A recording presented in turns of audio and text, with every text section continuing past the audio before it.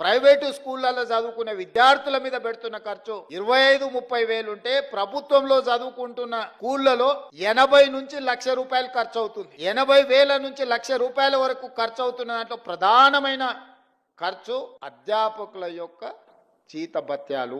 ఇంత ఖర్చు పెట్టి మనము ఇది ఖర్చు కాదు, ఇది భవిష్యత్తు పెట్టుబడి అని ప్రభుత్వం భావిస్తుంది. ఇట్లాంటి పెట్టుబడి పెట్టి మనం ఫలితాలు సాధించుకోకపోతే ఇది మన అందరం కూడా కలిసి కూర్చొని, నేను మీ అందరి మీద నెపం నెట్టదలుచుకోలే, ప్రభుత్వం వైపు నుంచి కూడా మీకు డైరెక్షన్ కావాలి. లీడర్ అనే వాళ్ళు లీడ్ చేసినప్పుడే మీరందరూ ఆ మార్గంలో నడుస్తారు.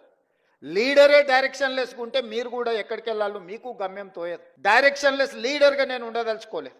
I wanted to lead my state. I wanted to develop my state. I wanted to improve my infrastructure. I wanted to take a better policy.